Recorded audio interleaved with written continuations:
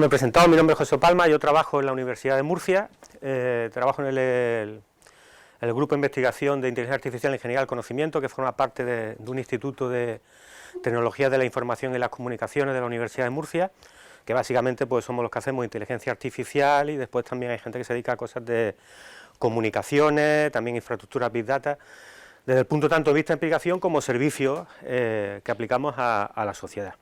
Como ha dicho, más bien que yo de caché esto, el caché me lo están dando ellos por colaborar en esta iniciativa, que a mí siempre lo que me ha gustado, siempre los que han sido alumnos míos por aquí también lo han podido aprender, es divulgar la tecnología, es decir, esto no es algo que siempre me gusta comentar en la charla, esto no es magia, como hace mucho tiempo que había pensado, esto tampoco es... Hay que quitarse a la cabeza que lo que estamos... el objetivo de hacer inteligentes a las máquinas. Muchos de vosotros, al final del curso, os podría hacer esta pregunta, ¿realmente he hecho que la máquina sea inteligente? La respuesta seguro que va a ser no, las máquinas son muy tontas. De hecho, cuando empezó todo el boom de Deep Learning, los primeros éxitos de Google, fue que era capaz de identificar en los vídeos de YouTube entre gatos y perros. Y eso era un hito. Es decir, ¿a eso lo podemos llamar inteligencia?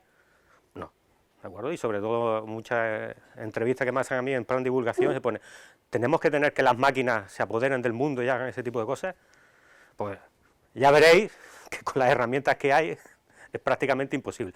Si bien hay grupos que están investigando lo que se llama inteligencia artificial profunda, inteligencia artificial dura, que es desde el punto del concepto de aprendizaje, y realmente sí tienen el objetivo de hacer máquinas inteligentes, pero estamos muy lejos de los mensajes apocalípticos tipo Skynet o de otro tipo de películas que podamos ver que es lo que está por ahí. Evidentemente también se está viendo que la progresión que se está tomando la inteligencia artificial es muy rápida, pero hoy por hoy las aplicaciones que hay, la tecnología que hay, no es suficiente para pensar que estamos ante una tecnología que va a devorar el mundo y que va a tomar el control y que va a hacer los mensajes apocalípticos que tenemos. Otra de las cosas que cuando José Miguel y la gente de Saturday me dijo de dar esta charla es cómo dar una charla de modelos predictivos sin hacer spoiler, porque evidentemente el objetivo es aprender a hacer modelos predictivos. Entonces el enfoque un poco de la charla es hacer una pequeña introducción muy breve a la inteligencia artificial, ¿de acuerdo? Para que veáis que es más de lo que estamos viendo, y después hacer, digamos, dónde encaja la construcción de un modelo predictivo. Sobre todo aquí vendréis muchos de empresas, y decir, ¿dónde encaja eso dentro de una empresa? ¿Qué tengo que hacer como empresa? Pues para aprovecharme de un proyecto hecho, la potencial que puedo subcontratar o la formación que tienen mis empleados para plantear un proyecto. Porque ya es la idea un poco transmitir que esto no es, que desgraciadamente sí he tenido contacto con empresas, y ponen, oye mira, tengo estos datos, a ver si me construyo una red neuronal, a ver lo que sale. Hay que tener un objetivo. ¿De acuerdo? Porque un proyecto de esto es inversión en personas, inversión en tiempo y inversión en recursos. Y tengo que tener un objetivo como empresa de qué es lo que quiero resolver. No se trata de investigar los datos. Hombre, investigar los datos y a ver qué es lo que se puede sacar, se puede hacer pues colaborando como han hecho algunas empresas con la facultad, pues un trabajo fin de grado, un trabajo fin de máster. Tengo unos datos, prueba a ver con un alumno a ver lo que puede salir. Oye, esto me interesa, salen cosas interesantes, vamos ya a abordar un problema serio.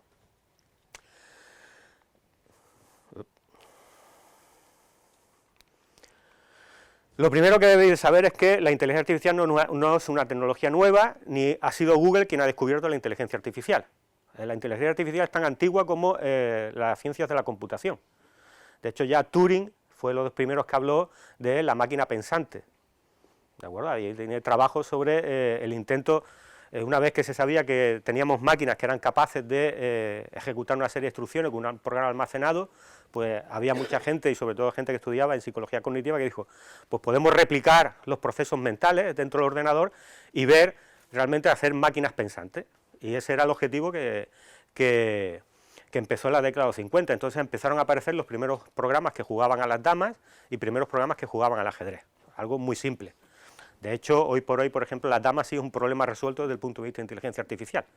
Es decir, el primer movimiento, dependiendo de dónde esté la máquina, o es tablas o gana la máquina. ¿De acuerdo? Esto está resuelto.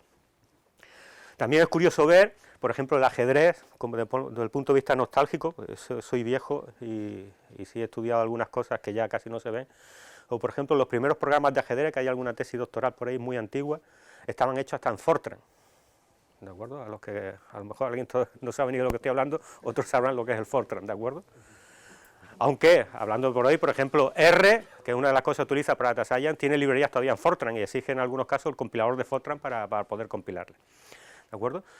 Todo este vorágine de un grupo de gente que estaba trabajando, que fueron los fundadores de inteligencia artificial, tuvo la primera conferencia en el 56, donde se acuñó el nombre de inteligencia artificial, aunque posteriormente, poco tiempo después, ya se dieron cuenta que el nombre estaba mal elegido, ¿de acuerdo? Porque no estamos hablando de inteligencia. Y hubo una edad de oro, hasta los primeros 70, donde empiezan a aparecer, pues los que estudiasteis en la facultad o los que estudiasteis informática, pues se comenta siempre, General Problem Solver, otros demostradores de teoremas que apareció STRIPS, que todavía se estudia en las facultades como el primer sistema de planificación, ¿de acuerdo? Empieza a aparecer el razonamiento automático, empiezan a aparecer los primeros programas que procesan el lenguaje natural, y estamos hablando pues de la década de los 70, que según veo por aquí algunos ni habéis nacido, ¿de acuerdo? Esto, pues si leéis un poco de historia, lo que estén interesados, esto pues produjo un boom y un interés bestial, ¿no? Empezaron, por ejemplo, se decía los grandes popes que en 10 años pues los ordenadores alcanzarán la inteligencia media de un ser humano. En 10 años pues ya tendríamos resuelto el problema del lenguaje natural, cosa que hasta la fecha está casi resuelto, pero todavía es difícil en algunos casos de resolver. También que muy pronto se ganaría a un gran maestro de ajedrez, cosa que no ocurrió hasta los 80, ¿de acuerdo? Todas esas previsiones rápidamente se estrellaron, ¿de acuerdo? Evidentemente en una década no se resolvió la mitad del problema y se llegó a las expectativas. Y sobre todo el problema de las expectativas, que es una de las cosas que hay que empezar a transmitir, fue el problema de trasladar la tecnología a las empresas, ¿de acuerdo? Entonces se dieron cuenta de que evidentemente todos aquellos experimentos que yo hacía en el laboratorio para resolver problemas de forma genérica, llevado a una empresa no escalaba. Es decir, era tecnología que era muy difícil de aplicar, no podía de alguna forma obtener los resultados esperados, y había sobre todo un problema de ingeniería, es decir, no podía estimar costes, no podía estimar riesgo del proyecto, y eso llegó a unos fracasos estrepitosos. Eso dio lugar a que sobre esa época empezaran a aparecer informes gubernamentales que decían que la inteligencia artificial era una tecnología muerta y que no se debía de invertir. ¿De acuerdo? Evidentemente se paró la inversión desde el punto de vista empresarial, desde el punto de vista de los gobiernos, pero lo que pasa siempre en el campo de la investigación, había gente que sí creía y quería seguir investigando. Lo único que, cuestiones de marketing, se cambia el nombre y se sigue investigando lo mismo. Entonces, cuando aparece un equipo de la Universidad de Stanford que siguió trabajando en lo que llamaba programación heurística, que era, al fin y al cabo, inteligencia artificial cambiada de nombre. Entonces, por ejemplo, ahora muchas veces cuando hacemos ahora un proyecto de investigación, yo he evaluado algunos, todo el mundo intenta, aunque sea con calzador, Big Data y Deep Learning. Claro, después empieza a leer, bueno, ¿para qué Big Data y Deep Learning y dónde lo estás utilizando? Es cuestión de marketing, a ver si cuela, ¿de acuerdo? Y lo habéis sufrido como empresa alguna, a lo mejor visitas de comerciales, Big Data, aquí te hacemos todo, tal, con inteligencia artificial, y después veis las chichas y dices, bueno, ¿y esto para qué me sirve a mí? ¿Qué es lo que me está vendiendo realmente esta persona? Son cosas que vais a aprender en este curso. Haciendo un paréntesis también, para que veáis este curso, es decir, no es lo mismo Big Data que inteligencia artificial, ¿de acuerdo? Y en muchos casos esas palabras aparecen unidas o desde el punto de vista de marketing intentan confundir a la gente para que estén juntas. Una cosa es Big Data, que es la tecnología que me permite acceder masivamente a datos de forma heterogénea, de forma muy rápida, todo lo que se está vendiendo, y estructurar esos datos y poder manipularlos, ¿de acuerdo? Entonces, ¿cuáles son las etapas de madurez de una tecnología de este tipo? Primero plantear una estructura Big Data o una estructura suficientemente potente de datos, es decir, primero tengo que almacenar los datos que voy produciendo. Una vez que ya tengo esa infraestructura, se me va a permitir empezar a trabajar con procesos analíticos, simplemente describir, establecer cuadros de mando, KPIs y hacer todo este tipo de cosas que me permiten evolucionar. Y una vez que ya he entendido y he entendido, digamos, qué es lo que me están diciendo los datos que estoy produciendo y he empezado a explotarlo, es cuando me puedo plantear empezar a trabajar con técnicas de inteligencia artificial, ¿de acuerdo? Que sería la otra capa. ¿Qué cosas se está haciendo con la inteligencia artificial? Puesto que la inteligencia artificial, como ya diréis, no es solo el machine learning, ¿de acuerdo? Hay una rama de la inteligencia artificial que se dedica a planificación, ¿de acuerdo? Como ya dije, muy antigua, el STRIPS fue el primer planificador. ¿Dónde estoy viendo planificación? En los GPS, ¿De acuerdo? Un GPS es un sistema de planificación, más o menos complejo, pero al final lo que está planificando una ruta, y eso son técnicas de planificación. Evidentemente, todo lo que estamos viendo es reconocimiento de patrones, ¿de acuerdo? Que es mucho más amplio de lo que estamos viendo con Machine Learning. Está el tema del campo de la visión artificial, que ha quedado un poco, digamos, restringido ahora a lo que sería Deep Learning y redes convolucionales, que funcionan muy bien para el tema de reconocimiento, ¿no? Pero también hay un campo y hay investigación en inteligencia artificial fuera de lo que sería Deep Learning.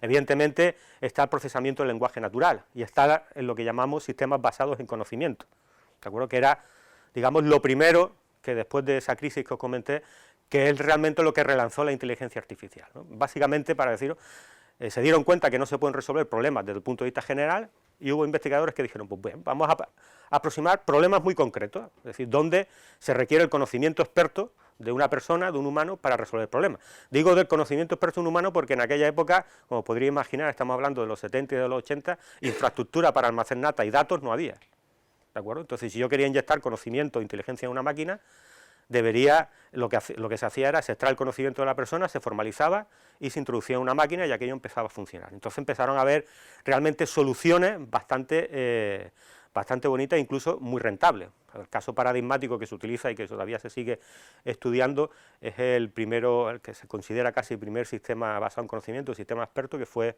el MICIM por la década de los 70, finales de los 70 y de los 80, que era un sistema que el conocimiento lo tenía almacenado en forma de reglas, si esto, entonces esto, más o menos eran 500 reglas y era para diagnosticar enfermedades infecciosas causadas por agentes bacterianos y después recomendar la terapia, es decir, qué combinación de antibióticos se debe dar.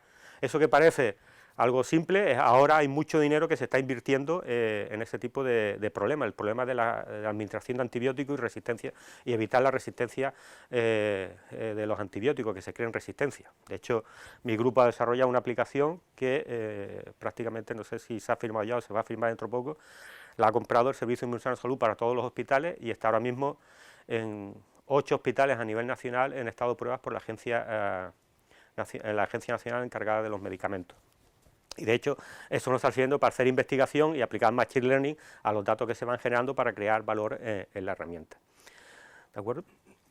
Uno de los casos así, me parece que era de los 80, fue Prospector, que fue un sistema de estos expertos con conocimiento para geología, que en una de las aplicaciones que mostraron descubrió un depósito de molibdeno, que estaba valorado en aquella época en $1 millón. ¿De acuerdo? Con lo cual, en una sola ejecución habían rentabilizado la inversión. ¿De acuerdo? Pero evidentemente sabían cuál era el modelo de negocio y la tarea que querían optimizar y sabían cómo evaluar el beneficio que le daba al sistema, que es una cosa que quiero hacer hincapié. Si no hago ese estudio, pues puedo gastar mucho dinero en invertir y en desarrollar una solución basada en Machine Learning, pero al final hago la evaluación y realmente lo que es beneficio real para la empresa no tiene, porque no he sabido medir bien el objetivo, que es un poco lo que quiero transmitir con la charla. El boom de la inteligencia artificial, ¿en qué se centra ahora? Pues se centra en lo que es el concepto de aprendizaje computacional y solamente una parte pequeña del aprendizaje computacional. Hay muchas técnicas de aprendizaje, pero básicamente lo que estamos hablando es de minería de datos y Machine Learning. ¿De acuerdo? El aprendizaje va mucho más allá, existen técnicas de aprendizaje por refuerzo, existen otro tipo de técnicas analíticas como razonamiento basado en casos que incluyen en su ciclo de aprendizaje, existen muchas formas, pero realmente el boom es en Machine Learning. ¿Por qué este boom? Pues lo primero que tenemos que tener es que los ordenadores son cada vez más potentes, ¿de acuerdo? Ya comentaré en la siguiente transparente que la tecnología que vais a utilizar y las técnicas que se utilizan en las librerías que vais a utilizar son muy antiguas, ¿de acuerdo? Al principio empezaron cada vez más a proliferar supercomputadores, que dio lugar a que los investigadores probaran esa tecnología que llevaban mucho tiempo en los cajones y mucho tiempo publicada en situaciones reales con problemas reales, ¿de acuerdo? Porque eran difíciles de escalar con ordenadores pequeños y con la potencia de cómputo que existía en aquella época. Empieza a aparecer el cloud computing, ¿de acuerdo? Ahora puedo abrirme una cuenta gratuita en Google Colab y puedo utilizar GPU, ¿de acuerdo? Y puedo hacer, o me he comprado un ordenador para jugar y me he dado cuenta de que por ahí existen herramientas que optimizan el cálculo utilizando la GPU, ¿de acuerdo? Tengo TensorFlow, tengo muchas herramientas que me permiten ya con pocos recursos ejecutar tareas complejas que en otra época sí requieren grande infraestructura. Ya por qué hablar sobre todo de multinúcleo, es decir, ya comprar un ordenador que tenga 4 o 8 núcleos y que ya en las librerías de forma automática empiezan a crear procesos para aprovechar toda la potencia de cómputo, es algo que me permite abordar problemas que antes no se podían abordar. Y sobre todo hay datos, y esto es muy importante, estamos en una sociedad datificada, somos generadores de datos, todas nuestras interacciones quedan registradas, ¿de acuerdo? Cualquier empresa, cualquier proceso, están ya, digamos, toda la infraestructura preparada para existir esa idea de que los datos se van almacenando. ¿De acuerdo? Hay empresas que los almacenan mejor, otras que los gestionan mejor, otras que a lo mejor los van borrando historia, y otras que sí tienen un montón de datos, que cada vez es un problema de coste, de cómo voy a gestionar y cómo voy a almacenar todo ese tipo de datos, pero que con visión de futuro ese coste se puede rápidamente revertir si empiezo a extraer valor de ese tipo, de esa inversión que he hecho yo para almacenar los datos, ¿de acuerdo? Tenemos datos de redes sociales, ¿de acuerdo? Ya pues, todo el mundo sabemos los problemas que ha habido con Facebook y con todas estas redes sociales, que realmente el negocio es vender datos, ¿de acuerdo?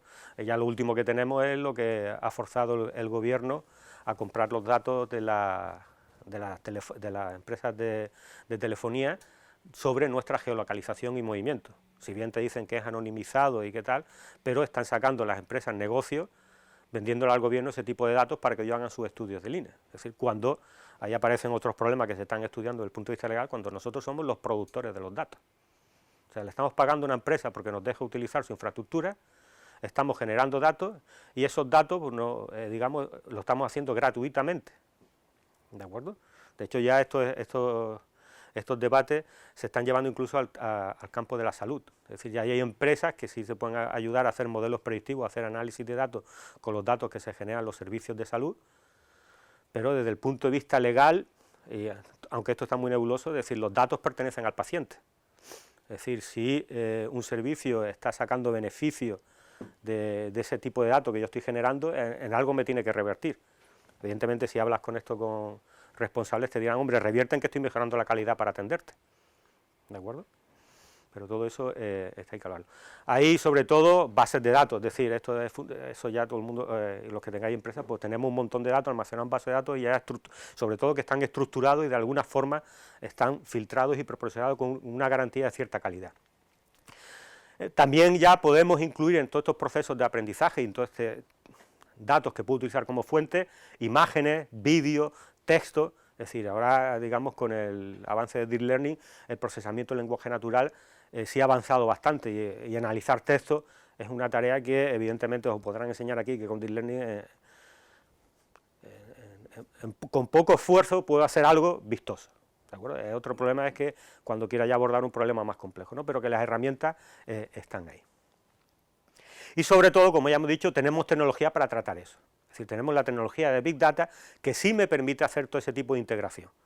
Y hacer todo ese tipo de procesado para preparar los datos para un proceso de Machine Learning. ¿De acuerdo? Pero primero hay que trabajar con esos datos. ¿Qué hitos mediáticos ha hecho que la gente empiece a prestar atención a este tipo de tecnología? El primero y el más sonado fue en 1997, ¿de acuerdo? Cuando Deep Blue de IBM le bate a Kasparov, un gran maestro, ¿de acuerdo? En aquella época, Kasparov estaba rondando, para los que conozcan un poco ajedrez, 2800 de Elo, que era el nivel, como se miden los niveles de los ajedrecistas, es decir, el más alto, y la máquina, haciendo los análisis que hicieron, se decía que llegaba a ese nivel, ¿de acuerdo? Fíjense, por ejemplo, cómo ha avanzado el tema del ajedrez computacional, que ahora mismo cualquier PC puede correr un motor que llega a un 3500. Si el hecho de que ya un gran maestro se enfrente a una máquina es algo que carece de sentido, ¿de acuerdo? Y sobre todo porque, básicamente, aunque en algunos motores sí hay cierta heurística, es un problema de búsqueda, ¿de acuerdo? De búsqueda de exploración, pues cuando tenga máquinas potentes, tenga mucho más núcleos, aquello puedo empezar a explorar un árbol y puedo analizar un montón de posiciones. Caso distinto es el sistema de Google que utiliza Deep Learning para trabajar con esto. Ya no es un problema de búsqueda, es otro tipo de problema, y de hecho es curioso, lo comentaba antes, las conclusiones que sacaron de ese motor de ajedrez que crearon ellos con su tecnología AlphaZero. Después, desde el punto de vista mediático, tampoco hubo muchas cosas hasta 2011, donde el Watson de IBM, esto sí fue curioso, bate a antiguos campeones del concurso de Jeopardy. Para los que no sepan, Jeopardy es un concurso donde yo doy las respuestas y los concursantes tienen que decir qué pregunta se está haciendo. ¿De acuerdo? Esto se enfrentaba a los campeones en las mismas condiciones, es decir, el presentador iba lanzando las preguntas, el sistema tenía que reconocerlo y dar la respuesta, y evidentemente los batió, arrasó. ¿De acuerdo? De hecho, ahora Watson es un producto comercial de IBM que se puede utilizar y lo podía utilizar para hacer desarrollo de inteligencia artificial. Es decir, se ha metido todo el mundo, pues Microsoft tiene la suya, Google tiene la suya, pues IBM tiene la suya. Y de hecho, en una charla que estuve, IBM te lo vende diciendo que todos los datos que tú metas ahí, todos los modos de código son tuyos. No, y ponía entre comillas, no como otras, que los datos que tú metas no se los queda en la compañía. Pero hay que ver hasta dónde llega y se puede utilizar. En 2012 empiezan los éxitos de Google Brain, y lo que los dije, en 2012 pues hizo un boom mediático, hizo un sistema para reconocer gatos en YouTube. ¿De acuerdo? Y eso es inteligente, y eso es uno de los primeros éxitos que tuvieron con el tema de las redes neuronales. Pues, ¿qué inteligencia hay en reconocer gatos? Evidentemente lo interesante de esto fue la tecnología que crearon detrás, y vieron que las redes convolucionales se podían entrenar en tiempo práctico, cosa que antes no se podía, y que podían dar resultados evidentemente muy buenos alimentándolas con muchos datos. En el 16, AlphaGo bate al campeón mundial de Go. El Go es un juego que es más complejo que el ajedrez, ¿de acuerdo? Y bate al campeón mundial, ¿de acuerdo? Y también fue un hecho porque fue aplicación de aprendizaje por refuerzo y deep learning, ¿de acuerdo?, que dio lugar digamos, a una máquina muy potente para jugar. De hecho, al igual que en el ajedrez, pero aquí los patrones son más complejos, el Go también se basa en detectar algunos patrones, y el AlphaGo descubrió, entre comillas, patrones nuevos que le permitió ganar una vez aplicado. Y un año después lo aplican lo mismo al ajedrez.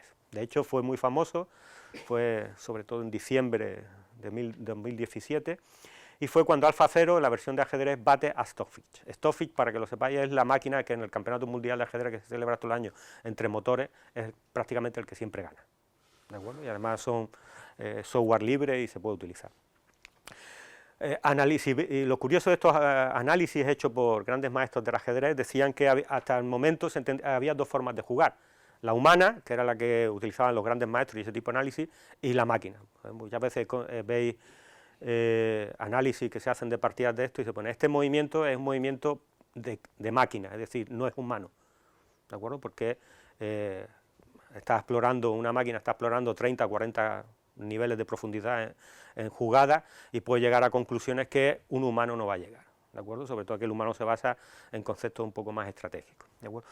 Y cuando apareció eso, descubrieron que había una tercera forma de jugar, que era la forma que jugaba AlphaGo. De hecho, había una partida, para los que les gusta el ajedrez y que sepan, hubo una partida en la que, prácticamente terminando el medio juego, en la máquina AlphaZero dejó en Zugwan a Stockfish. Zugwan es una posición en la cual cualquier movimiento pierde, ¿de acuerdo?, con muchas piezas en el tablero. Y fue una forma de jugar que hasta ahora no se había visto.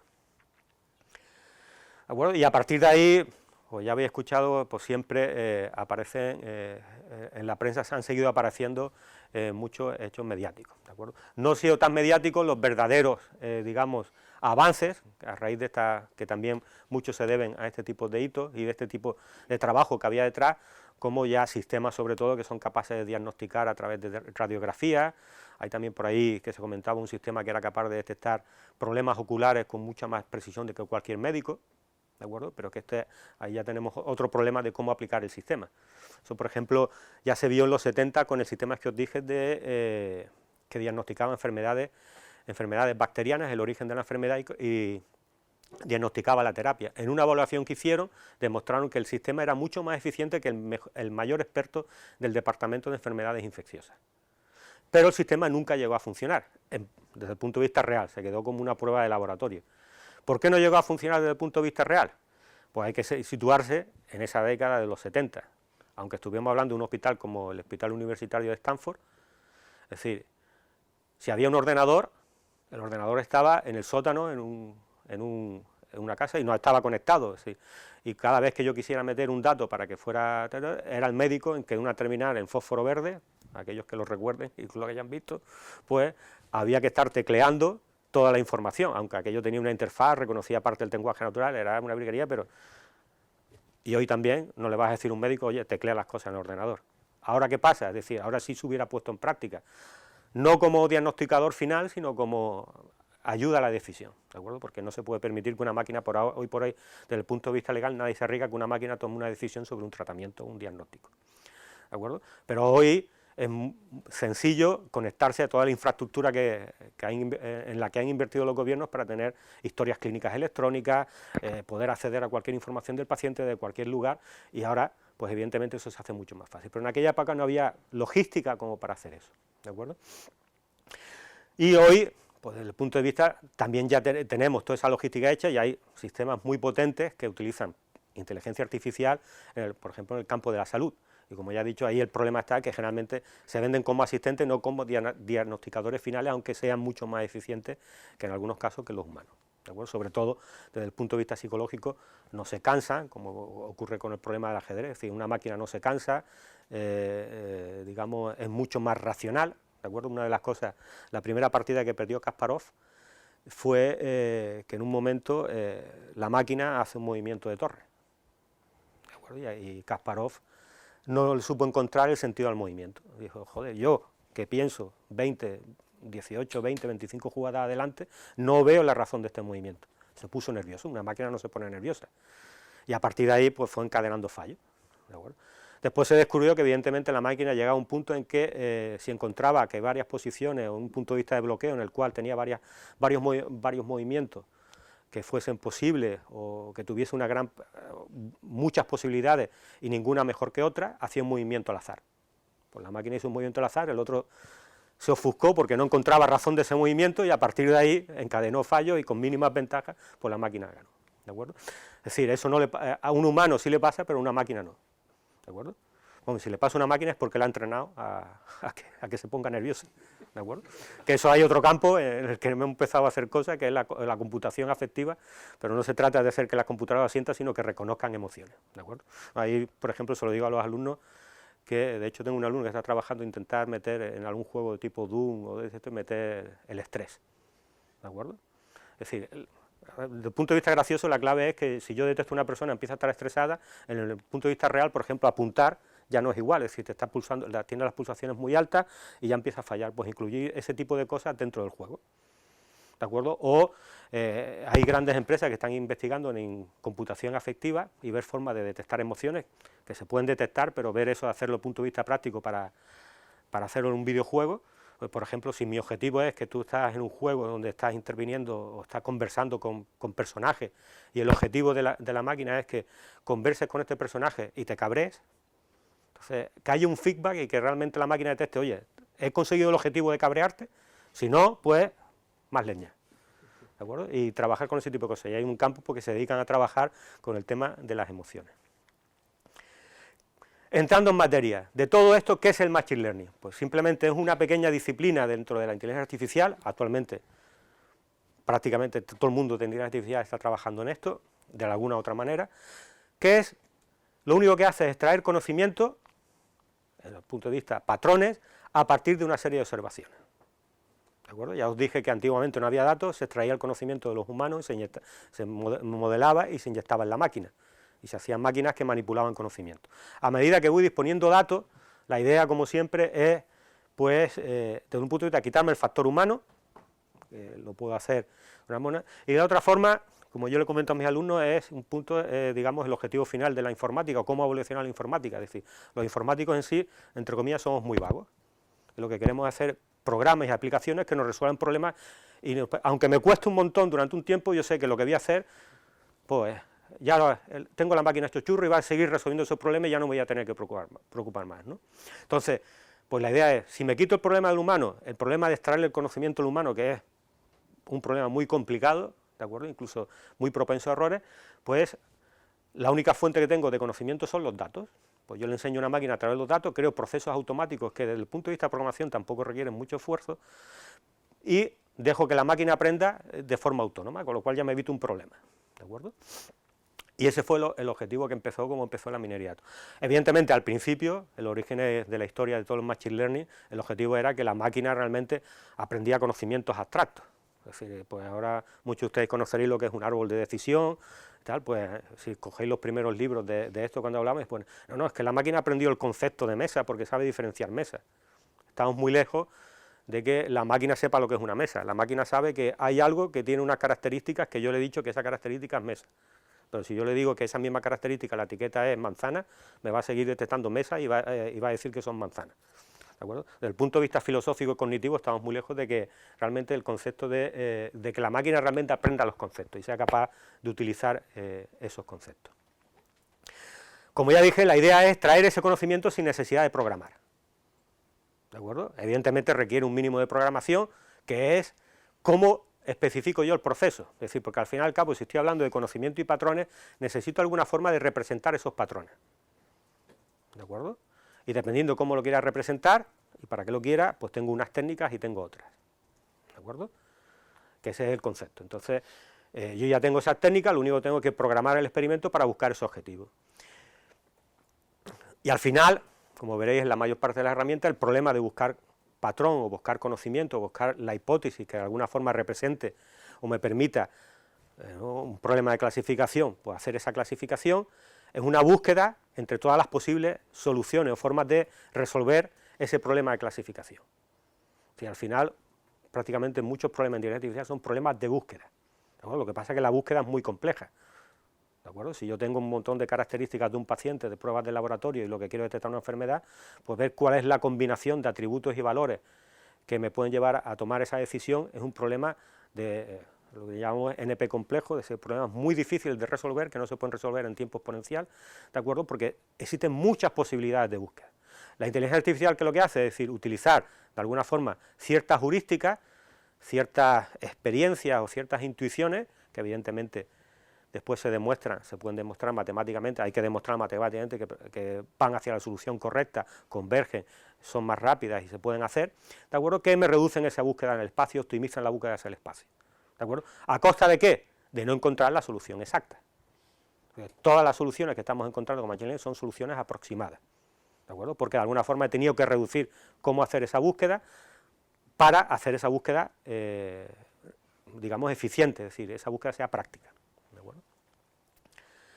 La clave desde el punto de vista de negocio, es decir, que me permite obtener valor sin realizar grandes esfuerzos de programación. Es decir, en un proyecto de este tipo, la mayor parte del coste es la infraestructura de tecnología que yo ponga. Es decir, tengo el software que pueda utilizar, ya prácticamente, pues si estoy con Microsoft, pues Microsoft tiene su suite de Machine Learning, o si no me puedo ir a soluciones libres, que pues R, Python, que se puede integrar en cualquier solución. ¿De acuerdo? El gran esfuerzo que ha hecho una empresa ya lo ha hecho, que es la infraestructura. ¿De acuerdo? Prácticamente esto, al final, entrenar un proyecto de ciencia de datos, un proyecto de Machine Learning, es coste de horas hombre. ¿De acuerdo? Y cuanto más experiencia haya y mejor estén los datos, pues ese coste se reduce. Y sobre todo, requerimos gran cantidad de datos. Eso también entre comillas. Es decir, muchas veces hablas con empresas o conoces casos de gente que habla con empresas, mira, yo tengo esto y quiero que me utilices una red neuronal, deep learning y tal. Vamos a ver, sí, yo sé que eso es lo que te están vendiendo, pero a lo mejor con un random forest que aprenderéis por aquí, o una máquina de soporte de vectores, y con menos datos, aquello funciona y sale mucho más eficiente. Sobre todo, de hecho, porque han empezado a aparecer artículos, aunque parece curioso, es decir, la huella de carbono que supone trabajar con una deep learning, con una red de deep learning. ¿De acuerdo? Eso consume mucha energía. Pues si me voy a grandes infraestructuras, y hay gente que se está quejando ya de que primero hay que empezar un poco antes de producir eso. Esos son extremos, ¿no? Pero el concepto sí está claro, y es el concepto. Primero hay que empezar un poco antes de matar moscas a cañonazos. ¿De acuerdo? Y eso es lo que os va a permitir este curso. Vais a empezar a aprender una serie de técnicas, muchas de las cuales están fuera de lo que es el mediático, es decir, deep learning, porque si vais, por ejemplo, a la plataforma Kaggle y los estudios que hacen, pues básicamente la mayor parte de los problemas están resueltos con dos técnicas, deep learning o las XGBoost, los gradient boosting, ¿de acuerdo? Pero evidentemente eso hay cosas muy dirigidas, es decir, todo esto exige una metodología y generalmente se debería probar muchos más métodos, porque desde el punto de vista teórico existe algo que se llama el no free lunch theorem, o el teorema de la barra libre, es decir, que a priori no se puede saber cuál es el modelo más eficiente con los datos, es decir, sabemos que hay modelos que le van mejor a unos datos que a otros, pero a priori no podemos saber cuál, con lo cual hay que hacer una búsqueda, ¿de acuerdo?, y hay que probar. ¿De acuerdo? Hay que un buen abanico y no solo probarlo, después hacer algunos estudios para ver realmente cuál es el mejor de ellos y probarlo. Y no intentar pues matar moscas a cañonazo, porque a lo mejor resolvemos otros problemas con modelos más simples. Y sobre todo, como comentaré al final, empiezan a aparecer problemas legales en que se están exigiendo que los modelos sean transparentes. Entonces ya he visto empresas que trabajan sobre todo para la tasación inmobiliaria, que crean modelos para el Banco de España para decir cuál es la tasación inmobiliaria de determinados inmuebles, y el Banco de España ya le exige de alguna forma alguna explicación de cómo se llegan a los resultados o algún índice de la confianza que se tienen en los resultados. ¿De acuerdo? Hace ya 2 años empezó un proyecto en el DARPA, que es el Ministerio de Defensa americano, que tiene muchas inversiones, donde se estaba hablando de modelos explicativos, de modelos de inteligencia artificial, es decir, cómo puedo hacer yo que un modelo artificial explique las conclusiones a las que está llegando. Entonces aparecen ahí modelos que te dicen cómo razona una red neuronal, y ahora hay congresos y hay una actividad muy efervescente en el campo de inteligencia artificial y inteligencia artificial explicable, ¿de acuerdo? Hacer modelos transparentes y que evidentemente cualquiera pueda ver por qué se llegan a unas determinadas conclusiones, ¿de acuerdo? Básicamente lo que vais a ver aquí, las técnicas se agrupan en 3 grupos. Aprendizaje supervisado, que es cuando los ejemplos, yo ya le digo cuál es el resultado que quiero obtener. Yo tengo estos datos y estos datos significa una mesa, o yo le pongo un vídeo o una foto y esta foto es una mesa, esta foto es una silla, esta foto es una mesa, y le empiezo a poner los ejemplos y están etiquetados. Eso permite aplicar unas técnicas distintas y lo que me permite es, pues al final, obtener un patrón, cuál es el patrón que hay en el análisis de esos datos, de esos ejemplos repetidos. Es aprender a base de ejemplos, ¿de acuerdo? Y esto me permite pues hacer modelos predictivos, no solo clasifiquen, sino regresión, ¿de acuerdo? Para los que sepáis un poco de matemática y lo que enseñan aquí, el modelo de regresión es que en vez de una clase que sea mesecilla, tengo un número, un valor real o un número entero, y lo que quiero predecir es el número, ¿no? Lo que está ahora tan de moda es predecir la temperatura que va a hacer mañana o predecir la demanda de energía, ¿de acuerdo? Que hay muchas empresas que están invirtiendo en eso, pues para hacer. Aquí en Murcia, pues en Moasa sí sé que está intentando también tener modelos predictivos de demanda de agua, ¿de acuerdo? Porque eso permite pues reestructurar en determinados picos de petición, pues reestructurar arreos o anticiparse a altas demandas. Después tenemos que están un poco olvidados con este tipo de tecnología y las aplicaciones que está dando, que es el no supervisado. ¿Qué pasa cuando yo tengo un montón de datos y los tengo sin etiquetar? Es decir, ¿qué puedo hacer con ellos? Ya no puedo aprender, se pueden hacer cosas, ¿de acuerdo?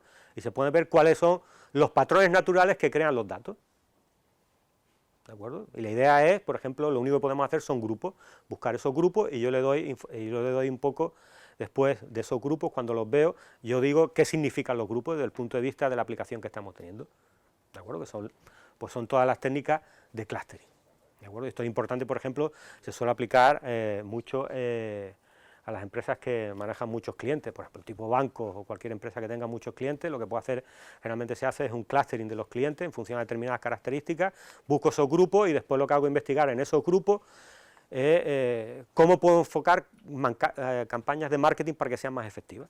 Entonces, yo sé que este grupo pues son personas que son más probables desde el punto de vista del histórico que yo tengo, pues que me vayan a comprar este producto.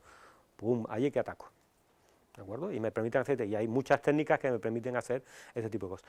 También generalmente este tipo de técnicas se suele utilizar también en combinación, sobre todo para entender los datos, para poder explicarlo, para poder realmente cuál es la estructura subyacente que hay en los datos, ¿no? Por ejemplo, una técnica muy simple como es un análisis de componentes principales, lo que me permite es ver realmente si los datos son separables o no.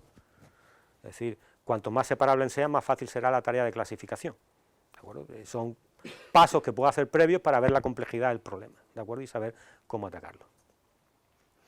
Y después, otro tipo de aprendizaje es el aprendizaje por refuerzo, ¿de acuerdo? Que esto es Reinforcement Learning, que es un poco que queda fuera, ¿no? También se puede incluir otro tipo de aprendizaje, como es el aprendizaje competitivo y evolutivo, ¿de acuerdo?, que permite también resolver problemas, y muchos de ellos lo habrán visto, ejemplos lo habéis visto en YouTube, es decir, aquel programita que juega Mario Bros.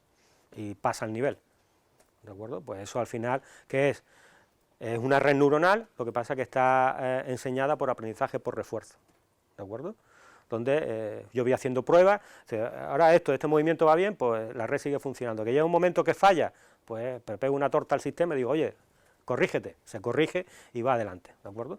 Y hay otros que, sobre todo para algunos juegos, lo que utilizan es por digamos, evolución competitiva, ¿de acuerdo? ¿Cuál es la solución? Si lo que tengo que buscar un montón como hemos dicho, de hipótesis o de posibles patrones, en vez de hacer una búsqueda dirigida a los patrones, que es lo que hacen estos sistemas, genero aleatoriamente un montón de patrones, ¿de acuerdo? Y empiezo que evolucione. Por ejemplo, hay ejemplos en YouTube que tenéis que ver cómo simulan el hecho de un robot moviéndose por un circuito, un coche moviendo un circuito. ¿Qué es lo que hace? Lanzan 100 coches y lo ponen a funcionar con por ejemplo, una red neuronal aleatoria, ¿de acuerdo? Y aquello empieza a funcionar y dice, entonces cojo, y una vez puesto a funcionar 100, me quedo con los 2 mejores, o los 3 mejores, o los 10 mejores. ¿Y qué es lo que hago? Me quedo con eso y además creo combinaciones, como hace la evolución biológica, los voy combinando esos individuos que han sobrevivido, o digamos mejor se adaptan, y creo otros 100, y los pongo a probar, y estos avanzan otro poquito, y vuelvo a hacer la misma operación. Al final se demuestra que este tipo de evolución competitiva me llega a un sistema que al final sí puede pasar el circuito y a una velocidad razonable. ¿De acuerdo? Pues este tipo de técnicas se aplican a nivel más bajo en técnicas también de este tipo de cosas. Pero básicamente cuando la gente habla de Machine Learning, habla de esto de aquí. Y si me apuráis más, se olvidan del no supervisado y se centran solamente en aprendizaje supervisado. Datos etiquetados y extraer patrones, que es muchos de los ejercicios que vais a ver aquí y que se puede hacer con las herramientas que hay. Pues, ¿qué podemos hacer desde el punto de vista empresa? Pues ya veis muchos ejemplos, es decir, predecir, por ejemplo, las pérdidas de clientes. ¿De acuerdo? Esto me parece que el año pasado fue la práctica, ¿no? El año pasado fue la práctica que les puse, es decir, un dato por ahí, en una base de datos que está libre, donde tengo un montón de datos de una empresa de telefonía, que tengo la información de los clientes, tipo de contrato que tienen, últimos gastos que han hecho en un mes, o sea, mucha información que tiene, y lo que intenta predecir si al mes siguiente el cliente se va o no, o la probabilidad que hay de que el cliente se vaya, ¿de acuerdo? Para anticiparme yo y hacerle la oferta, ¿de acuerdo? Y eso lo hemos sufrido todos. Justo antes de que se me acaben las permanencias, oye, te regalo un móvil y tal, y empieza a engancharte. ¿Por qué? Porque ellos saben, tienen esos modelos que te dicen que este es probable que se me vaya, ¿de acuerdo? Customer scoring, ¿de acuerdo? Es decir, sobre todo ahora sí estamos trabajando por una empresa que lo que quiere, tiene mucha información de cliente y lo que quiere es, de alguna forma, clasificar a los clientes según su riesgo crediticio, para anticiparme yo a los impagos. ¿De acuerdo? Entonces, sé que, oye, me acabo de detectar un patrón de que este tío posiblemente la semana que viene te deje un pequeño pufo.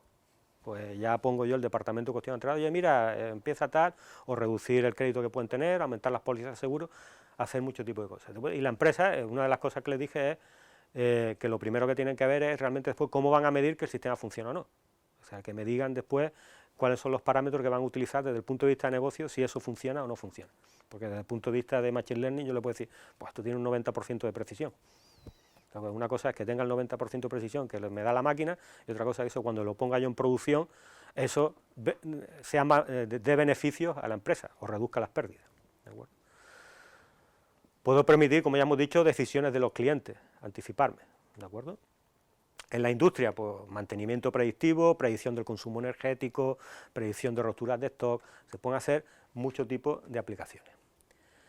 Como ya dije, también la inteligencia artificial no es una tecnología nueva, pero tampoco el Machine Learning es una tecnología nueva.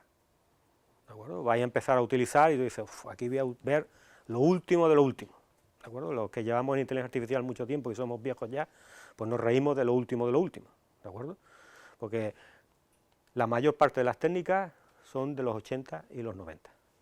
Es decir, cuando yo muchas veces a los alumnos les digo que los que habéis visto algo de Deep Learning, las LSTM que utiliza Google para hacer, que utilizan su traductor, eso es lo último de lo último. El primer artículo publicado con el teórico donde estaba especificado lo que era una LSTM es del 93. ¿de acuerdo? Es decir, no es una tecnología nueva. Lo que es nuevo es que se pueden ejecutar, son escalables y tengo librerías ahora para utilizarlas. ¿De acuerdo? Esas ya están mucho implementadas en Python, en R, en librerías de R, y se puede utilizar de una forma muy fácil, no necesito programarla. ¿De acuerdo? Antes había que programarla. Y sobre todo en el caso de las redes neuronales, ahora hay infraestructura hardware que permita ejecutarla. ¿De acuerdo? Esto que pone el Deep Learning en el 2010, eso fue que Google demostró que era práctico. Y fue los primeros, porque ya había un trabajo pre-investigación que demostró que se dedicaron a probar, bueno, y si una red neuronal normal, típica, un perceptrón, le pongo capas en vez de 20 neuronas, 100 neuronas, y pongo 10 capas de 100 o 200 neuronas. Y demostraron que aquello misteriosamente convergía y funcionaba muy eficiente. Y fue cuando Google empezó a prestar atención. Pero cuando Google dice, tenemos una red de convolución que descubre gatos. O sea, las redes de convolución, el primer trabajo teórico fue del 80, lo que llamamos neocognitron. ¿De acuerdo? Y lo mismo, pues es lo que está haciendo Google, solo que Google ha demostrado que eso desde el punto de vista práctico se podía trabajar y abordar grandes problemas, ¿de acuerdo? Entonces estáis trabajando con tecnologías de los 80 y de los 2000, es decir, con lo que una de las ventajas que tiene eso es que es tecnología muy probada, ¿de acuerdo? Está muy probada, es decir, se sabe que funciona, ¿de acuerdo? Si falla, no es la culpa de la tecnología, es la culpa de cómo yo he diseñado el experimento y posiblemente culpa de los datos, que es una de las cosas que vamos a profundizar ahora. Por ejemplo, las primeras redes neuronales tratan de los 50. De hecho, cuando empezó el tema de la computación y la inteligencia artificial, se hablaba de computación simbólica y computación inteligencia artificial hardware, que eran las redes neuronales. Y en los 50 ya estaban los primeros trabajos. Al igual que en la inteligencia artificial, las redes neuronales pasaron por varios hype, aquello, una tecnología prudente, y cuando se demostraron, por ejemplo, a lo que sepáis un poco de informática, que una red neuronal simple, que es la que la primera descubrieron, no era capaz de resolver o implementar una puerta O exclusiva, dijeron, pues esto no sirve para nada, ¿de acuerdo? Después alguien demostró, pues oye, mira, pero si lo hace así, sí lo puede hacer. Y ha habido distintas etapas, cayó también en desuso recientemente, hasta que empezó otra vez el boom de Deep Learning, y empezó. Es decir, pero el Deep Learning no deja de ser una red neuronal mastodóntica. Lo único que tiene ahora una capa anterior, que es la capa de extracción de características, son las capas de convolución. ¿De acuerdo? La máquina de soporte de vectores, que es una de las técnicas también que se suelen utilizar como benchmark porque son también muy efectivas y además no son costosas, también data del 74 los primeros estudios teóricos, en 95 cuando se empezaron a utilizar en Machine Learning. Los fundamentos, como ya dije, de aprendizaje profundo son de los 80, el primer árbol de inducción es del 86, de hecho la persona que descubrió este algoritmo, el ID3, que para los que habéis estudiado es un algoritmo muy chorra, ¿de acuerdo? Pero hay que entender que se le ocurrió a una persona en el 86, y de eso siguió optimizándolo y tal, y hubo varias versiones que no eran libres porque creó una empresa para vender el servicio. Evidentemente lo liberó ya hace, a mediados del 2005-2006, liberó todo el código, porque ya la mayor parte de la librería de R y de Python tenían el C4.5, el C5.0, estaban todos implementados. ¿De acuerdo? No había razón. Y el aprendizaje por refuerzo, que tan famoso también ha hecho Google, pues parte del 89. O sea, son tecnologías que ya están muy probadas. De hecho, se comenta que con este boom que ha habido en la inteligencia artificial, pues ha habido una travesía en el desierto en la investigación en inteligencia artificial en 40 años. ¿No? Que ha habido técnicas que estaban ahí muertas, hasta que se ha visto que ahora empiezan a ser útiles, ¿de acuerdo? Y empiezan a explotarse. Visto esto, ¿de acuerdo? ¿Qué tengo que tener en cuenta si yo quiero hacer un proyecto de minería de datos? ¿De acuerdo? Básicamente, podéis mirar mucha bibliografía, si os dais cuenta es muy parecido a una estructura de un proceso de ingeniería del software, ¿de acuerdo? Solo que en vez de una fase donde yo desarrollo software, lo que voy a hacer es construir un modelo, ¿de acuerdo? Evidentemente estamos hablando que ahora en software va tecnologías ágiles, va por otros derroteros, ¿no? Pero esto más o menos hay que hacerlo por cascada, es decir, aquí no... Prototipado rápido no se puede hacer porque necesito primero tener los datos bien consolidados y después tengo que hacer una experimentación y después tengo que hacer una evaluación, ¿de acuerdo? No se le puede aplicar lo mismo.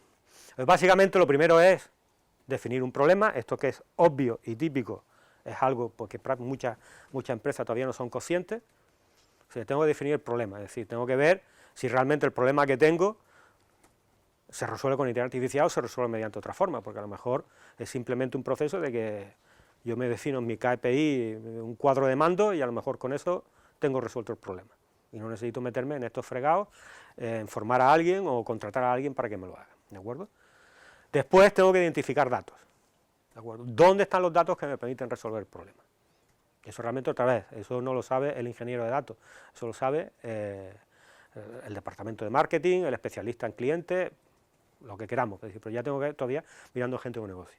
Y después, una vez que yo sepa eso, ya sí puedo centrarme un poco en lo que sería en las etapas más de Machine Learning, que es básicamente lo que vais a aprender en este curso. Es decir, un poco de preparación y preprocesamiento de datos, cómo construyo el modelo, o los modelos, cómo los evalúo, y a partir de ahí, pues evidentemente el objetivo del curso terminaría aquí. Es decir, estáis viendo cómo es un proceso de Machine Learning. Desde el punto de vista empresarial del proyecto global falta una, el despliegue. Yo tengo el modelo, ya lo que era, un 95% de acierto o tasa de precisión, de accuracy, o el error cuadrático medio es 0,001, aquello es perfecto, pero eso hay que llevarlo ahora a la infraestructura donde yo quiero que esté funcionando, hay que hacer el despliegue, hay que mirar qué tecnologías se están utilizando y sobre todo, como ya comentaré, hay que hacer la monitorización, ¿de acuerdo? Porque a lo mejor tengo unos datos que vienen muy influenciados por la temporalidad, es decir, a lo mejor el comportamiento de los clientes varía a lo largo del tiempo, va cambiando mi segmento, va cambiando el interés del cliente, ¿de acuerdo? Con lo cual a lo mejor en determinados modelos de marketing pues dejan de ser válidos. El caso más paradigmático de esto fue hace mucho tiempo la Comunidad Económica Europea invirtió mucho dinero en hacer un pequeño modelo que predecía la probabilidad de que al cabo de cierto tiempo pudieras padecer algún problema cardíaco, los típicos riesgos para ver si tu vida es saludable o no. Pues se hizo un modelo donde tú medías unos datos de comportamiento, incluso si teníamos datos clínicos los podíamos meter, decías, pues, tu edad cardíaca o la probabilidad de padecer algo cardíaco tal es pues muy alta o para que pudieras atender. Se dieron cuenta, evidentemente, que eso a cabo de 10 años dejó de ser efectivo y empezó a tener un montón de fallos, porque evidentemente aumenta el nivel de vida, aumenta la calidad de vida de las personas, son más saludables, con lo cual los riesgos y digamos la población o lo que son big datos han cambiado. Hay otros patrones, ¿de acuerdo? Por ejemplo, el caso del colesterol, pues el nivel mínimo de colesterol es algo que ha evolucionado mucho a lo largo del tiempo, ¿de acuerdo? Porque se va adaptando a los nuevos descubrimientos o se va adaptando, ¿de acuerdo? Y entonces es algo que mucha gente se olvida, es decir, hay que monitorizar si el modelo va funcionando o no. Ahí evidentemente hay modelos que se van autoadaptando, y ahí tenéis gente, investigadores que están trabajando en métodos que desde el punto de vista incremental pues van optimizándose y van detectando este tipo de cosas, pero yo tengo que comparar desde el punto de vista más pragmático, es decir, si mi modelo, pues, lo que en principio estaba empezando bien y estaba empezando a funcionar, porque mi modelo está creado, pues llega un momento en que me estoy intentando que empieza a fallar, es decir, que empiezan a aparecer, lo que estoy estimando es la pérdida de clientes, que se me están yendo clientes. Es decir, que hay algo que está fallando en el modelo y hay que repetir el proceso. Si bien a lo mejor no repetir estas dos primeras fases, aunque generalmente sí puede haber nuevas fuentes de datos, sí otra vez intentar aplicar otra vez el experimento, ¿de acuerdo? Por eso una de las claves de la que tenéis que hacer que los experimentos sean reproducibles, ¿de acuerdo? Es decir, hay muchos de los modelos que vais a ver y de las técnicas que dependen de cierta aleatoriedad. Es decir, lo que no puede ocurrir es que lo ejecute una vez, me dé una cosa, lo ejecute otra, me dé otra, lo ejecute otra, ¿de acuerdo? Hay que restringir la aleatoriedad, hay unas técnicas para hacer los procesos reproducibles y que aquello esté funcionando. La definición del problema, ¿qué es lo que hay que hacer? Pues simplemente desde el punto de vista de aquello que tenga la empresa es objetivos organizacionales. ¿Cuál es el objetivo que yo quiero resolver? Retención de clientes, reducir impago, lo que quiera, ¿de acuerdo? Aumentar las ventas, etcétera. Lo típico de Google o de PC Componentes dice, oye, has comprado esto, pues con esto hay muchos clientes que compran esto, pues ya tienen hecho su estudio y son modelos de sistemas de recomendación, ¿de acuerdo? Pero eso es lo que tengo que ver desde el principio, no se trata de a ver qué me puede resolver la inteligencia artificial, ¿de acuerdo? Sobre todo por el riesgo, porque hay empresas salvajes que sí que asumen ese reto, a ver cómo te resuelve la inteligencia artificial, después llega la factura de consultoría, ¿de acuerdo? El que yo sé los problemas soy yo. O contrato una consultoría para que me diga cuáles son los problemas que tengo, pero generalmente es pagar por algo que seguro que la dirección de la empresa sabe lo que es, ¿de acuerdo? Y sobre todo, ¿qué medidas vamos a utilizar para medir el rendimiento del sistema? ¿Cuál va a ser la medida del éxito? La tasa de reducción de clientes, pues la tengo medida. los impagos, pues lo tengo reducido, es decir, y yo ya sé exactamente cómo lo voy a medir, para después, una vez que yo haga mi modelo, medir si realmente eso cumple las expectativas que se están previendo. Y después, lo que también tengo que hacer es definir los objetivos del modelo predictivo, ya desde un punto de vista, pasar de los objetivos organizacionales a los objetivos del proceso de aprendizaje, ¿de acuerdo? Esto me ayuda para, primero, una primera aproximación a qué datos van a ser necesarios, ¿de acuerdo? Cuáles van a ser esas entradas y salidas del problema, identifico los objetivos target, los atributos que vamos a necesitar. Me va a ayudar un poco a definir la metodología, a hacer, por ejemplo, una restricción de qué tipo de tecnología puedo utilizar, porque a lo mejor no tengo datos suficientes para hacer un deep learning, con lo cual ya me quito un montón de técnicas que se van a utilizar, ¿de acuerdo? Y definir siempre unos objetivos alcanzables, ¿de acuerdo? Vamos a alcanzar, y yo no voy a parar hasta conseguir el 100%, eso no, porque nunca, salvo en prácticas, o a lo mejor algún modelo que podáis manejar, que sí te da que está preparado para que eso dé el 100%, ¿de acuerdo? Identificación de los datos. Lo que tengo que hacer es recoger, describir y explorar, ¿de acuerdo? Y eso generalmente muchas de las empresas ya lo tienen resuelto porque los datos están estructurados, me ahorro un montón de problemas, ¿de acuerdo? Por ejemplo, en el Servicio de Salud todavía hay muchos datos que son en texto libre. Las historias electrónicas están escaneadas, e incluso en atención primaria tenían un problema que lo estaban resolviendo ya, de que hasta cierto tiempo estaban permitiendo que los médicos introdujeran en la tabla de diagnóstico lo que ellos quisieran. O sea, veo un paciente y en vez de buscar eso en la tabla o en una tabla estándar, que es lo que me fuerza el Ministerio de Salud, pues fiebre y el médico decía, vale, define un nuevo diagnóstico. Y a lo mejor había 3 o 4 entradas para el mismo diagnóstico, ¿qué? En minúscula y minúscula y este tipo de cosas, ¿de acuerdo? Y son ese tipo de cosas lo que hay que evitar, ¿de acuerdo? Eso me lleva a mirar cuáles son las fuentes de datos que tengo disponibles en la empresa, ¿de acuerdo? Tengo que analizar y comprender los metadatos, es decir, el director de marketing o los técnicos de marketing o los que se encargan de la gestión de clientes, si me pueden ayudar a entender qué datos maneja y qué significan los datos, ¿de acuerdo? Pero después eso tiene que estar detrás en una estructura, tiene que haber una estructura de la base de datos y eso me puede dar mucha información, ¿de acuerdo? Sobre todo la información de tipo y cómo están almacenados los datos, ¿de acuerdo? Y sobre todo analizar la calidad de los datos, ¿de acuerdo? Hay que asegurarse, también lo haremos un poco hincapié adelante, es decir, que los datos realmente son correctos, que no hay errores de adquisición, ¿de acuerdo? Y que eso no se produce, y eso por ejemplo en temas de IoT, Smart City, Smart Building, pues ahí tengo que asegurarme de que los datos de los sensores son correctos, ¿de acuerdo? Y eso, pues ya eso trasciende a lo que es un proyecto de este tipo, es decir, generalmente tener los sensores replicados o tener sistemas que autodiagnostiquen los sensores, etcétera, ¿de acuerdo? Y después lo que hay que hacer es análisis de datos, hay que dejar que los datos hablen. No se trata de, wow, cojo la tabla, pum, y empiezo, ¿de acuerdo? Siempre, y le recomiendo al alumno, lo que tiene que ver en un proyecto, un informe de este tipo, es un análisis inicial de datos. Ahí donde aparece la estadística descriptiva, aparece el análisis de correlación, para ver qué variables están coleccionadas, visualizo los datos, ¿de acuerdo? Porque de alguna forma me ayuda más a comprenderlo y ver si hay algún aspecto que no está bien tratado a la hora de resolver el problema, ¿de acuerdo? Y es básicamente una interacción constante entre los ingenieros de datos y los expertos dentro de la organización, ¿de acuerdo? Uno de los objetivos, recordar que era quitarse el factor humano en la adquisición de conocimiento, siempre eso no lo hemos evitado, ¿de acuerdo? Estamos hablando de un proyecto multidisciplinar, donde hay que tratar con un montón de gente, hay gente experta en el dominio y gente experta en los datos, ¿de acuerdo?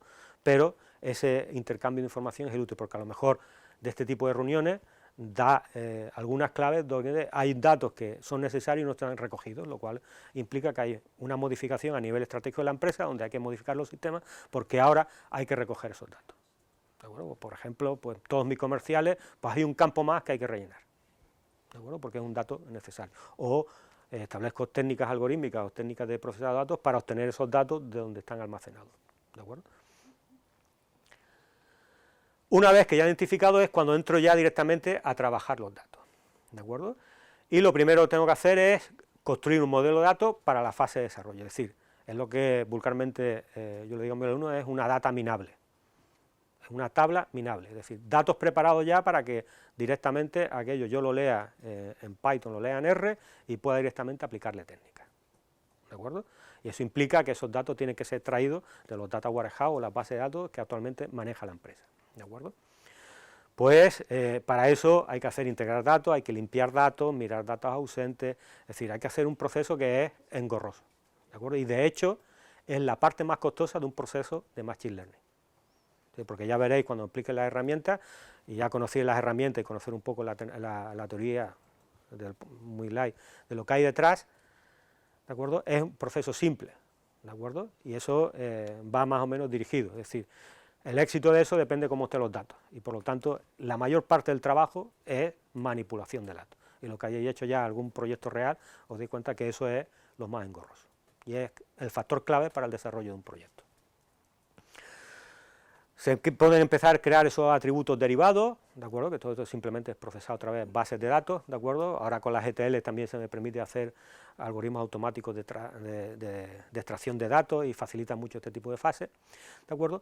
Pero sobre todo lo que hay que tener en cuenta es que esa fase es muy importante y es el elemento principal del proceso, ¿de acuerdo?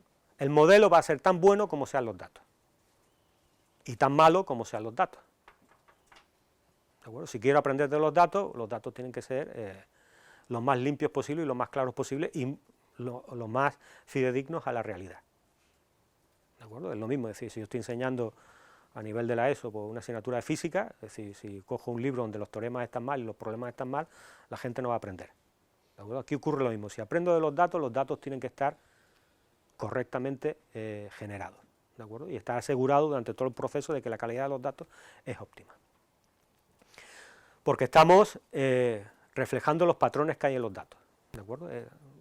Siempre trabajamos en base a los datos y lo que queremos ver es qué se puede extraer de los datos, y esos datos hay que asegurarse de que son correctos, ¿de acuerdo? Eso de coger una tabla, ya tengo una vista, pum, y aquí empiezo, me puedo llevar mucha sorpresa porque bien puedo tener un 90% de acierto, pero aquello lo pongo a funcionar y con datos reales no se tiene en cuenta, porque ya veremos algunos de los problemas que se pueden dar. Uno de los aspectos más cuidados, que hay que tener mucho cuidado y de que eso incluso puede tener cierta, comentaré al final algunos casos que pueden tener ciertos problemas, son el sesgo en los datos, ¿de acuerdo? Y hay varias fuentes de sesgo, vamos a ir un poquito rápido, ¿no? El primero que tengo que tener cuidado son los sesgos en la muestra, ¿de acuerdo? Que eso ocurre cuando los datos que tengo no representan todo el problema. Imaginaos, por ejemplo, que yo quiero hacer un sistema que a través de cámaras de vigilancia pues me detecte determinados problemas, ¿de acuerdo? A situaciones de alarma, ¿de acuerdo? Y yo solamente alimento el sistema con los datos, por ejemplo, diurnos.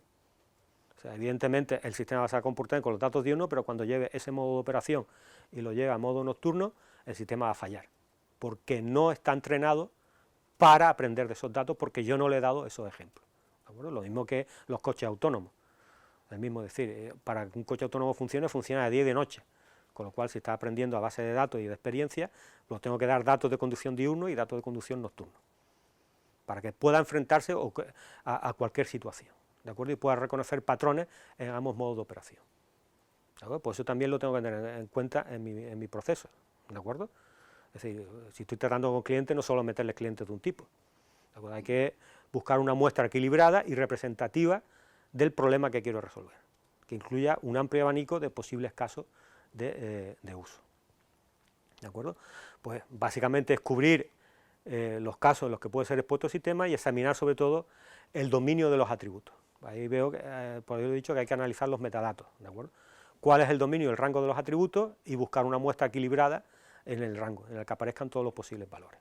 Porque una de las cosas que hay que tener en cuenta, por la que fallan mucho estos sistemas, es que estos sistemas, una vez puestos en funcionamiento, si no se tiene cuidado, estos siempre dan una solución. Predicen un valor y te predicen la clase, siempre, incluso si los datos no son correctos, ¿de acuerdo? Y si no tengo cuidado, pues me pueden llegar unos datos que a lo mejor o bien están tomados los sensores, o realmente es un dato que no es esperado, y el sistema va a intentar clasificarlo, porque no está entrenado para decir, oye, con estos datos no puedo. La inteligencia artificial o el machine learning, lo que vayas a ver, nunca va a decir que no sabe, siempre va a saber, ¿de acuerdo? Por eso generalmente hay estudios, digamos, se pueden solo hacer estudios, sobre todo en casos que vienen con sensores, ¿de acuerdo? Y donde yo sé el rango de los valores de los sensores, he hecho un estudio y sé por dónde tienen que estar, es decir, y cualquier valor anónimo no lo meto en el sistema, no dejo que eso pase a predicción, ¿de acuerdo? Lo paro e incluso puede ser un indicativo de que eso se pueda trabajar. Yo, por ejemplo, ese tipo de cosas sí lo estamos teniendo en cuenta, porque yo colaboro con un instituto donde hacen modelos de inteligencia artificial, modelos de aprendizaje utilizando Arduino para reconocer gestos y otro tipo de cosas en base a sensores, y evidentemente la primera fase es la limpieza de datos, ¿de acuerdo? Y ahí hemos hecho filtrado, evidentemente estamos hablando de un instituto en la región de Murcia, con lo cual, digamos, el presupuesto económico no es muy bueno y los sensores pues tampoco son muy buenos y tienen muchos fallos. Entonces, a base de muchos estudios y de mucho análisis hemos conseguido filtrar los rangos óptimos de funcionamiento, aislar los valores, hacer calibrado y se pueden hacer muchas cosas, ¿de acuerdo? Pero ha sido la fase más larga del proyecto, es decir, lo que es después entrenarlo, les he enseñado una herramienta que pueden manejar, que de punta gráfica pueden hacer los entrenamientos, generar los modelos y aquello funciona una vez dados los datos exactos, funciona de forma perfecta. Otro sesgo que podemos tener, ¿de acuerdo?, es por exclusión. Yo cojo un montón de datos, el de marketing me dice esto, el de otro, una tabla con 100.000 atributos. Evidentemente todo el mundo dice que los datos son interesantes, pero tú llegas y dices, hay que hacerlo efectivo y empiezo, este fuera, este fuera, este fuera, este fuera, este fuera.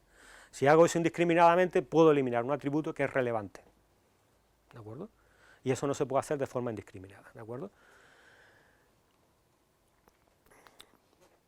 Por ejemplo, un caso típico que se utiliza mucho en las prácticas de este tipo de asignaturas es el dataset de Titanic, ¿de acuerdo? Te dice, para predecir la supervivencia o no de los pasajeros del Titanic, ¿de acuerdo? Y eso pues tiene los datos de los pasajeros, ¿de acuerdo? Datos geográficos, y después tiene si sobrevive o no.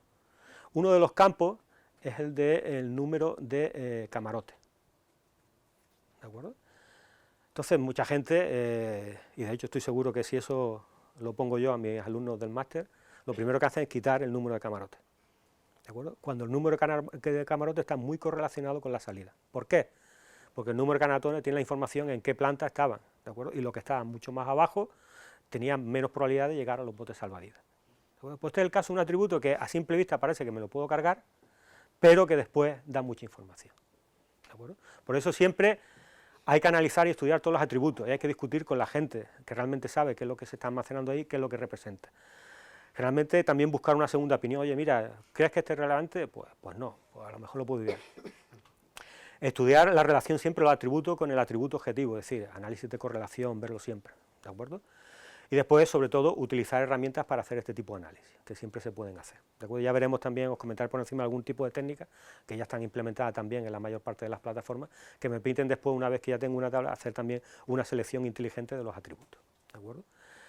Hay sesgos del observador, ¿de acuerdo? Esto se da mucho, sobre todo cuando los datos provienen de experimentos que están hechos por personas, ¿no? Y hago una encuesta o una experimentación psicológica o cualquier cosa, y generalmente el problema que tenemos aquí es que muchas veces solamente tenemos lo que queremos ver y lo que queremos obtener. Entonces ya yo pongo mi sesgo en la obtención de los datos. El caso paradigmático de esto fue en los 60, un estudio psicológico que hizo un psicólogo inglés, en lo que quería demostrar que la capacidad intelectual era hereditaria, ¿de acuerdo? Entonces, de alguna forma estaba sesgando los datos para que los datos le salieran, y le salieran los datos que incluían que las personas o las familias con alto poder adquisitivo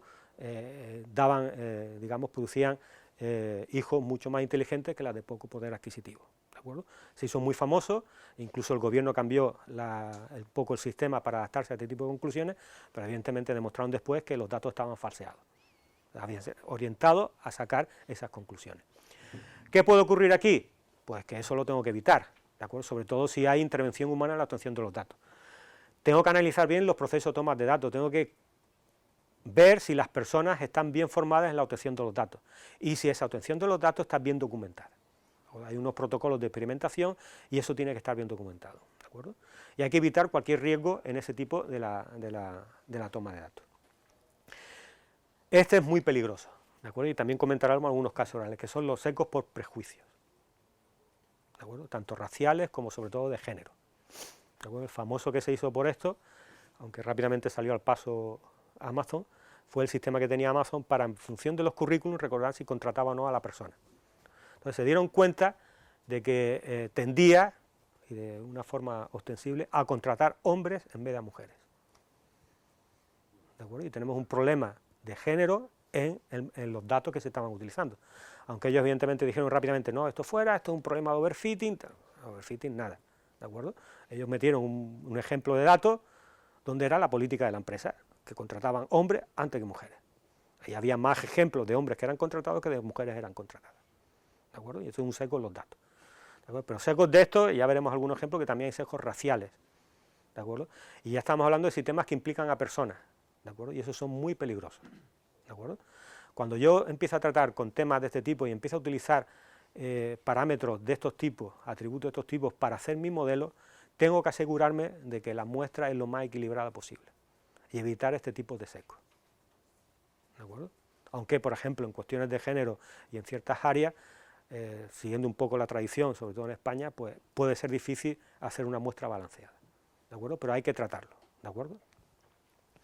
Y después está sesgos por medición, ¿de acuerdo? Que ya son los típicos errores que pueden venir por fallos sistemáticos en los sensores, ¿de acuerdo? No es que un sensor falle, sino que hay un sensor que tiene un pequeño defecto que produce un fallo sistemático continuamente, que por lo tanto a lo mejor pasa desapercibido, ¿de acuerdo? Tengo que buscar, para eso hay análisis de cómo funcionan los sensores, ¿de acuerdo? O puedo una adecuada calibración, o puedo poner sensores redundantes para intentarlo un poco prevenir este problema, ¿no? Por ejemplo, aquí está José Miguel, que a lo mejor lo vea, que estuvo estudiando bioinformática, ¿de acuerdo? Hay una de las cosas que hacen en bioinformática es análisis masivo de datos, pues de datos de expresión genética, ¿de acuerdo? Y eso son unas pruebas donde hay unas sondas muy pequeñitas con una pequeña aguja donde va inyectando ADN y veo cómo se va expresando el ADN. Pues ahí evidentemente, aparte de que son procesos químicos y son complejos, son procesos biológicos, están los procesos sistemáticos de errores de medición y errores, por ejemplo, que van componiendo cada set de agujas que van inyectando esas muestras, ¿de acuerdo? Evidentemente para ese tipo de cosas hay técnicas que lo que hacen es corregir ese efecto, ¿de acuerdo? Pero saben que se produce ese efecto. Y está el sistema de calibración del equipo para que detectar cuál es ese efecto. Antiguamente, cuando yo en la Universidad de Las Palmas donde yo estaba, que se dedicaban a visión artificial, siempre que se traía un sistema o se empezaba a hacer un procesamiento, se producía el calibrado de la cámara, ¿de acuerdo? Si trabajabas con niveles de grises, pues evidentemente lo primero vaya a ver que aquello funcionaba de forma correcta y adquiría bien los niveles, porque estamos hablando de sistemas analógicos que de alguna forma pues no son de todo precisos, por lo menos en aquella época. Entonces, ¿qué se hacía? Se ponía un folio en blanco, se capturaba la imagen y lo que se hacía es una matriz que te decía cómo se desviaba eso de lo que se estaba esperando, y después adquiría los datos y corregía en función de eso, ¿de acuerdo? Por eso, sobre todo, si tratamos con sensores en Industria 4.0, hay que tener mucho cuidado con este tipo, porque esos sesgos en la medición después producen sesgos en el modelo. Una vez terminado y tenido en cuenta todos los aspectos, ya tengo mi tabla, y a partir de ahí aquí no voy a hacer mucho spoiler, es lo que vaya a ver en el curso, ¿de acuerdo? Pues ya empiezo lo que es la construcción de un modelo, tengo mi tabla, ¿de acuerdo? Ahora ya empiezo la parte de preprocesado de datos orientada al proceso de minería, ¿de acuerdo? Básicamente, lo primero que tenemos que ver y que se debería hacer, y eso, digamos, la literatura, incluso científica, ya se puede acceder, lo podéis acceder, existen ya webs piratas, no lo voy a decir aquí, el que quiera que me lo pregunte, y alguno ya lo sabrá, donde podéis encontrar prácticamente cualquier artículo científico publicado en los últimos años, ¿de acuerdo? Pero lo normal es porque estamos también en una época donde lo que sería el gap entre investigación y aplicaciones prácticas, incluso desarrollo de la empresa, se ha reducido mucho. Y hay muchas publicaciones donde, incluso veis Google, que organiza hasta congresos, que ya las empresas publican su modelo y cómo han llegado a eso, ¿no? Entonces, lo normal, hacer un pequeño análisis de lo que se ha publicado, porque os puede dar indicaciones de cómo se van resolviendo esos problemas que quiero resolver. Quiero ver scoring de clientes, ponéis scoring de cliente, Internet Artificial, empiezan a salir un montón de artículos y ponemos, he utilizado esto, he utilizado tal, y os podéis hacer una idea de qué tipo de modelos podemos utilizar. Después estamos otra vez ya del punto de vista específico, es decir, lo que es la extracción de características ya lo hemos hecho el primer nivel, a nivel de lo que sería modelo de negocio o lo interesante, y ahora directamente para optimizar el modelo, ¿de acuerdo? Aquí lo que puedo hacer, aparte de un poco de cambiar las características o combinar atributos, hay muchas técnicas, es lo que se llama selección de variables, ¿de acuerdo? Que se suele utilizar. Es decir, ya tengo los atributos que son significativos, pero ahora, para cada modelo, yo quiero ver realmente cuáles son los significativos desde el punto de vista técnico, sin tener la semántica asociada, ¿de acuerdo? Y entonces hay técnicas que lo que hacen es, le paso la base de datos y empiezan a hacer pruebas y te dicen, pues, estos 5 atributos son los que mejor tasa te van a dar. Pues cojo esos atributos y ya hago el modelo. Eso es útil porque va a acelerar el proceso, redujo la complejidad del modelo y el espacio de búsqueda, pero también desde el punto de vista de un experto puede dar cierta información interesante. De todos estos atributos, oye, ¿por qué estos son los más interesantes? ¿Por qué estos atributos son los que más me están afectando o me están ayudando a tomar esa decisión? Y puede tener implicaciones en el proceso de negocio. Por ejemplo, el último trabajo que hemos hecho, que estábamos trabajando nosotros en predicción de brotes de bacterias resistentes en hospitales, ¿de acuerdo? Tenemos varias series temporales que son tendencias pues, de administración de ciertos antibióticos, brotes de gripe, brotes de algunas infecciones, brotes de infecciones resistentes, y queremos predecir cuándo se van a producir los brotes de infecciones resistentes, ¿de acuerdo? Entonces, desde ese punto, hemos hecho un modelo que desde el punto de vista técnico, pues nosotros no sabemos mucho de medicina, pues sí predice bastante bien a 1, 2, 3 meses cuándo se puede producir un brote infeccioso de una infección, de una bacteria que es resistente a los antibióticos, pero lo curioso y lo que le ha interesado mucho al médico es que nuestro modelo te dice, pues, de todo esto, las variables que realmente son importantes para el modelo son estas, y además de esta variable es importante el valor, 1 mes antes o 3 meses antes, ¿de acuerdo? Entonces el médico ha buscado una relación a todo eso, incluso ha hecho un análisis diciendo que muchas de las conclusiones que hemos sacado con eso están de alguna forma verificadas por publicaciones médicas, ¿de acuerdo? Aparte de eso, antes de empezar a aplicar las técnicas, tengo que adaptar los datos a las técnicas utilizadas. O sea, una vez que yo ya tengo ya la tabla minable, digo, aquí ya empiezo, aplico la técnica y aquello dice, ¡pah! Error, técnica no aplicable. No puedo tratar con valores booleanos, no puedo tratar con valores categóricos, no puedo tratar con este tipo de valores, ¿de acuerdo? Y empezamos la sorpresa, ¿de acuerdo? Entonces, generalmente hay que saber qué técnicas voy a aplicar y ver qué atributos pueden manejar esas técnicas, y no solo qué atributos, sino si aceptan valores ausentes o no. Entonces empiezan a aparecer las variables dummy, ¿de acuerdo? Que tengo un valor booleano, un valor tal, lo tengo que transformar en un valor categórico, pues hay técnicas de que crean variables un poco dummy para poder capturar todo ese tipo de información, ¿de acuerdo? Tengo los efectos de la discretización, ¿de acuerdo? A lo mejor tengo una variable continua, la temperatura, pero estoy aplicando una técnica que solamente admite variables categóricas. Pues hay técnicas de discretización, hay muchas, hay que saber cuáles son las más óptimas, hay unas que se basan en resultados estadísticos, otras tienen en cuenta la clase o no, y hay que aplicar técnicas, ¿de acuerdo? Hay que hacer eliminación de ruido, ¿de acuerdo? Hay que hacer cambios de escala, y esto es muy importante en clustering, ¿de acuerdo? Y simple, por ejemplo, imaginaos que estás haciendo clustering por ejemplo, de tus empleados con una serie de parámetros como para medir el rendimiento, y uno de los factores, o un estudio a nivel nacional, de muchos factores demográficos, incluido, por ejemplo, a lo mejor el salario, ¿de acuerdo? Pues el salario, si hacéis una visualización discretiva de los datos, va a salir que el salario pues varía bastante, entre 0 y 300.000 euros, por ejemplo, aunque haya algunos outliers, pero después tienes variables como la edad, que va entre 0 y 100, entre 0 y poco, es decir, y otra serie de variables cuyo rango es muy pequeño.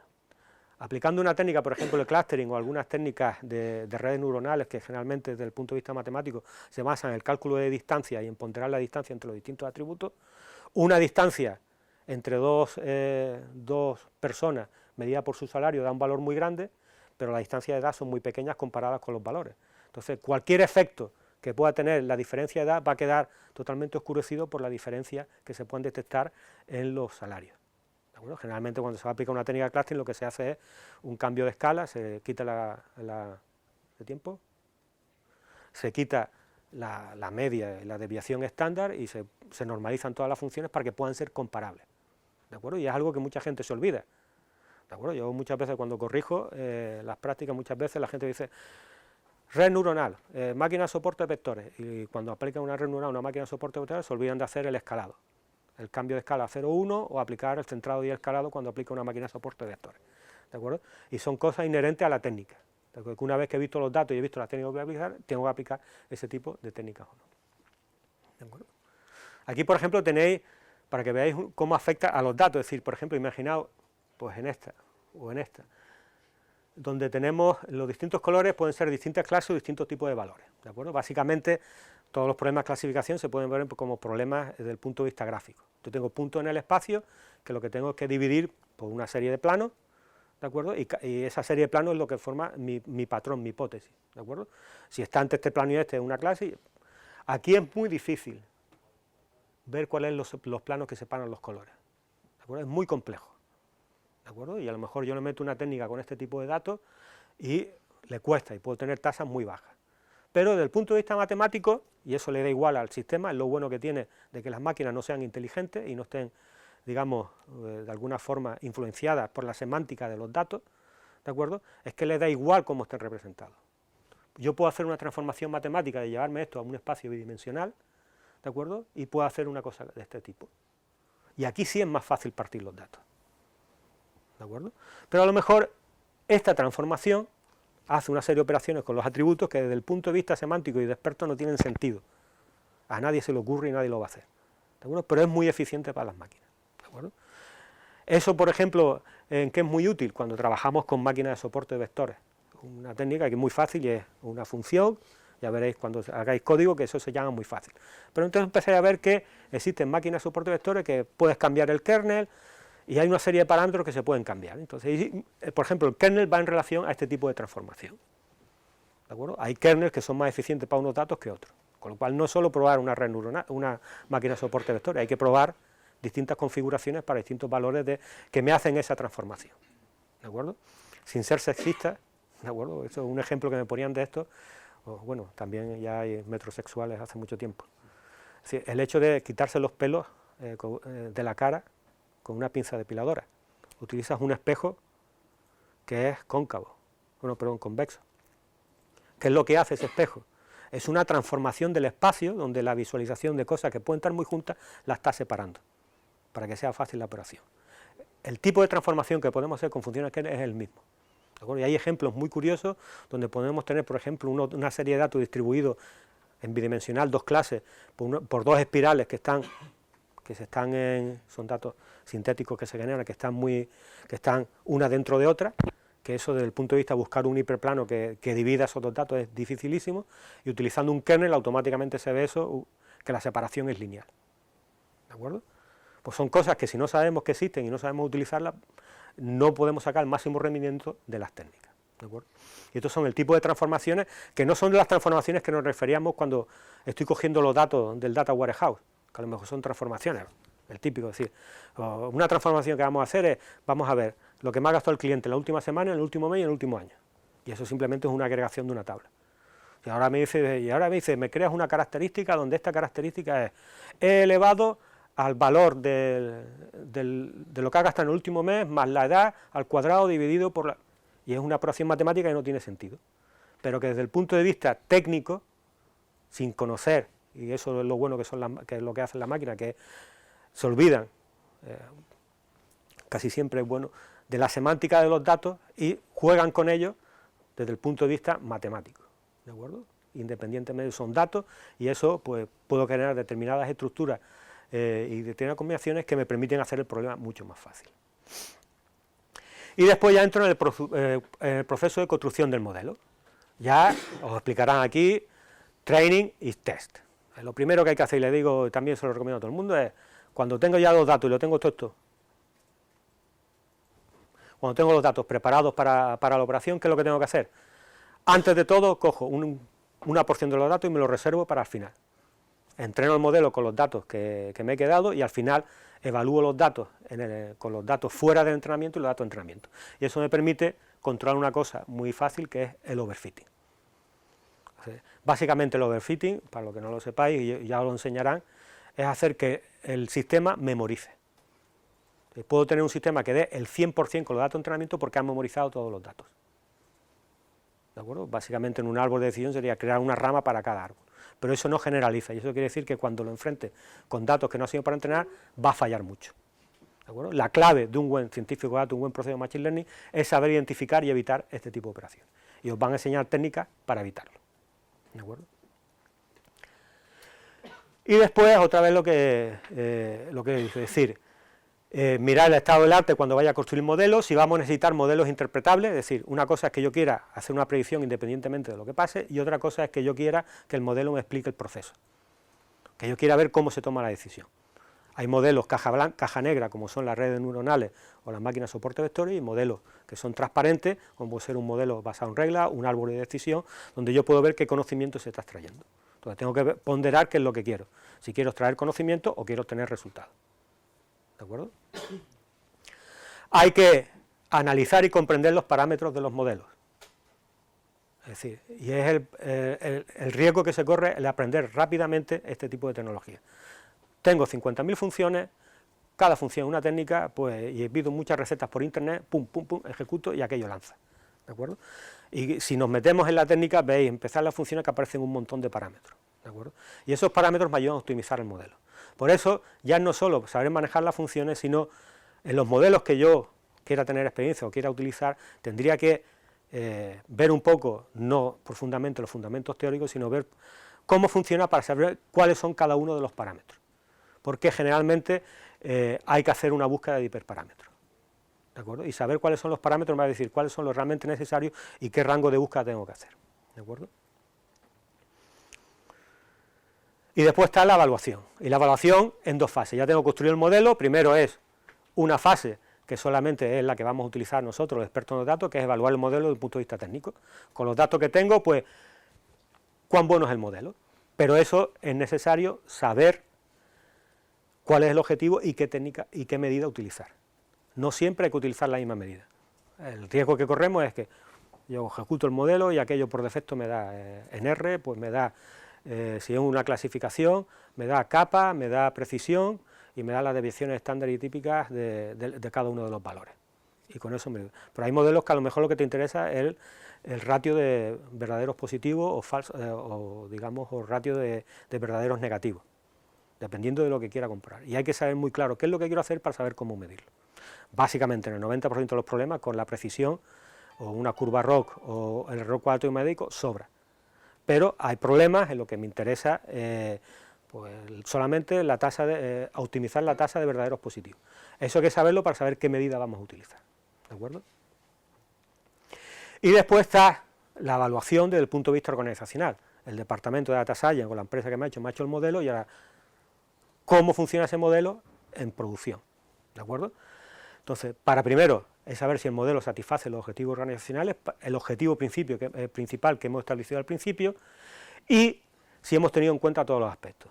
Y el segundo paso es integrarlo y empezar a verlo en producción.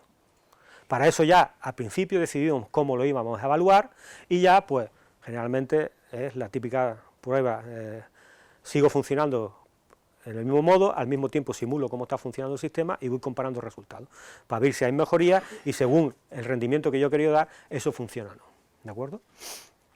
Esto debe estar evidentemente planificado con mucha antelación, ¿de acuerdo? Y facilitado por las herramientas realizadas. Y después, evidentemente, el mantenimiento. Ya no solo que el sistema esté funcionando cuando lo dejo funcionando y el primer año dé resultados muy buenos, sino que hay que seguir monitorizando para ver si hay un cambio de tendencia. Bueno, en Machine Learning es lo que se llama el cambio del concept drift, ¿de acuerdo? El concepto, el patrón, cambia con el tiempo. El comportamiento de los clientes, la demanda de energía, ¿de acuerdo? Todas esas cosas van cambiando, ¿de acuerdo? Y es algo que tengo que tener en cuenta. Sobre todo si, evidentemente, tengo que reorganizar todo el modelo incorporando nuevos datos. Aunque por ahí hay técnicas ya que van aprendiendo de forma incremental. Herramientas, aquí no voy a pararos porque hay para parar un carro, ¿de acuerdo? Y esto como los coches, lo que queráis pagar lo podéis tener. Pero la diferencia con los coches, es decir, que aquí con un 600 de desguace se pueden hacer las mismas cosas prácticamente que se pueden hacer con una herramienta. ¿Cuál es la diferencia? Que vale, si yo quiero utilizar software libre, me puedo ir con R y con Python y yo me lo guiso y yo me lo como, el proceso de extracción de datos y manipulación de datos es horroroso. Si yo estoy en Azure y tengo Machine Learning Suite, aquello está todo conectado. Incluso ya hay aplicaciones y librerías que te permiten tener un backend donde aprovecho la infraestructura tipo Spark o tipo Hadoop y puedo leer directamente la base de datos, lo distribuyo de forma automática y puedo hacer muchas cosas. Por eso generalmente desde el punto de vista empresarial, utilizar el entorno en el que se tenga más experiencia, pero también hay que considerar qué infraestructura tengo ya y que me permite una más fácil integración, ¿de acuerdo? Otros aspectos a considerar, ¿de acuerdo? Que esto se olvida y que volvemos a colación un poco a la parte de los sesgos. Es decir, muchas de las cosas que estamos haciendo tienen influencia en las personas, ¿de acuerdo? Y entonces, ahora hay mucho debate a nivel europeo y a nivel internacional con el tema de los aspectos éticos y aspectos legales, ¿de acuerdo? Los aspectos éticos cada vez están tomando más importancia y están adquiriendo equipos multidisciplinares, donde hay equipos de filósofos, sociólogos, donde están analizando muchos de los aspectos, ¿no? De hecho, nosotros estamos también empezando a trabajar, aparte en explicabilidad, en lo que se llama trustworthy, la creación de confianza, es decir, cómo generamos confianza con los sistemas de inteligencia artificial. Lo más importante que esto, y lo primero que hay que vetar para evitar aspectos éticos, es este tipo de cosas, lo que te recomiendan siempre es mucho cuidado con el seco de los datos, que ya que estuvimos hablando. ¿Cuáles son los casos más paradigmáticos? El primero es Compass, ¿de acuerdo? Es un sistema que se hizo en Florida, que lo que determinaba es la tasa de reincidencia de los delincuentes. Y eso se utilizaba para tomar decisiones acerca de la libertad condicional. Evidentemente se dieron cuenta de que aquello doblaba la tasa de falsos positivos para los afroamericanos, ¿de acuerdo? Y evidentemente hicieron un análisis y se dieron cuenta de que el problema estaba en el seco de los datos. Es decir, en las cárceles americanas, desgraciadamente, lo que hay mucho más son afroamericanos y hispanos, ¿de acuerdo? Con lo cual había un seco muy fuerte de los datos a ese tipo de población, ¿de acuerdo? Eran la mayor parte ejemplos que tenían y además los ejemplos penosos, que no eran un representativo de lo que sería la población global. ¿De acuerdo? Y este también era otro sistema, que era un sistema que hacía un screening, lo utilizaban los servicios sociales para detectar abusos a menores en entornos familiares. ¿De acuerdo? Aquí otra vez se dieron cuenta de que el sistema penalizaba, ¿de acuerdo?, o marcaba muchos falsos positivos, en el caso del abuso también para familias de bajo estrato económico y sobre todo afroamericanos. ¿De acuerdo? Hicieron un estudio porque hubo muchas quejas, ¿de acuerdo?, y se dieron cuenta que evidentemente era un problema de seco de los datos. De hecho, las soluciones que tomaron al final es que no solo formaban cómo utilizar la herramienta, sino les informaban de cómo fallaba, para que se utilizara simplemente como una segunda opinión, pero que supieran que realmente en qué caso o qué caso era más propenso a que fallaba el sistema. De estos ejemplos también hay ejemplos de sistemas, se hablaba incluso, se ponía como un caso el tema de concesión de hipotecas. Porque de hecho se puede dar el caso de que ahora mismo un banco te deniegue una hipoteca y tú digas, ¿por qué? Y dices, es que el sistema ha dicho que no. Y se pone, yo denuncio al banco porque me tiene que explicar por qué el sistema ha dicho que no. Entonces a lo mejor te da la casualidad de que por el código postal o por cualquier cosa es un atributo que es clave para decirte que no. Y estamos hablando de un seco en los datos, ¿de acuerdo? Y eso puede ser denunciable, ¿de acuerdo? Desde otro punto de vista, no nos metamos tampoco en que la inteligencia artificial va a quitar trabajo, porque eso ya es otro debate, es garantizar el acceso de la inteligencia artificial, y para eso son buenos este tipo de cursos. Es decir, lo que no podemos hacer también es aumentar la brecha entre la sociedad o la brecha entre países por el uso de esta tecnología, ¿de acuerdo? Y por eso iniciativas como esa, que tratan de difundir el uso de la tecnología y hacerla accesible, son muy importantes, ¿de acuerdo? Aquí no podemos ocurrir, por ejemplo, la película se llamaba Elysium, ¿de acuerdo?, donde existían máquinas que metías al paciente y lo recuperaba, pero eso solamente estaba para los estratos altos de la sociedad, ¿de acuerdo? Es un riesgo que evidentemente se corre. De hecho, esto es una frase de un colega mío de Polonia, dice que el riesgo no es la inteligencia artificial, es la estupidez humana, ¿de acuerdo? Siempre va a haber alguien que haga mal uso de la inteligencia artificial, y está en el caso de las armas autónomas, ¿de acuerdo? Aunque Google ya ha dicho que no investigan eso, evidentemente es imposible pensar que países como Estados Unidos, y de hecho dicen que ya tienen un ejército de robots con armas, ¿de acuerdo?, que sí, bueno, los desarrollos de eso son dan miedo, ¿de acuerdo?, pero los tienen, ¿de acuerdo? Y esos drones también que son capaces de tomar objetivos. Desde el punto de vista más práctico, tener cuidado con la GPDR, la Ley de Protección de Datos a nivel europeo. Ya se incluye en esa ley el derecho a la explicación de los modelos. Si un sistema me afecta a mí, yo tengo derecho a que se me explique el porqué.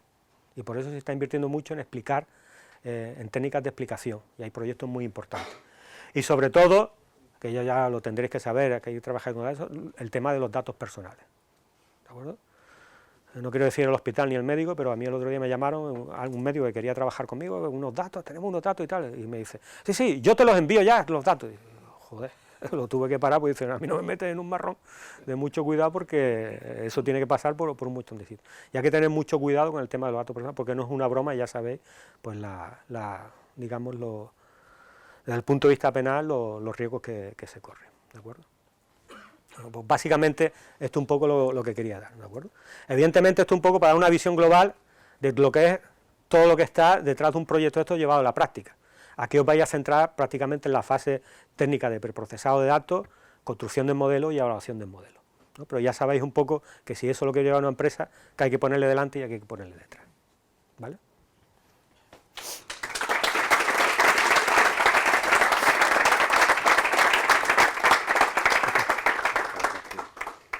Tenemos un poquito de tiempo, muy poquito, para hacer algunas preguntas. ¿Alguien tiene algo que comentar o que preguntar? ¿Por qué piensas que el desarrollo en Waterfall de este tipo de tecnología es mucho mejor que los sistemas Agile que se utilizan para el desarrollo de software? Esto te lo puedo explicar lo que es una vez que está entrenando, dar un salto atrás para reestructurar los datos. Es complejo, es decir, no se debe comenzar un proceso de este tipo si no tienes muy claro y muy limpios los datos que vas a utilizar. O sea, es el tratamiento de datos. Es el tratamiento de datos lo que te obliga.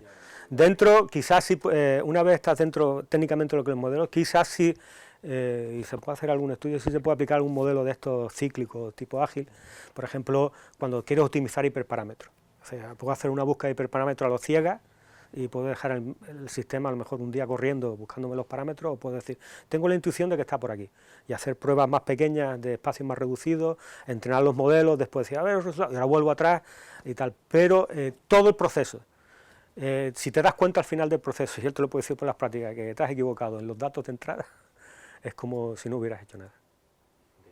¿Vale? ¿Tenéis algún tipo de proyecto en temas de Smart City? ¿Algo representativo? Sí. ¿Conoces el Smart City de Murcia?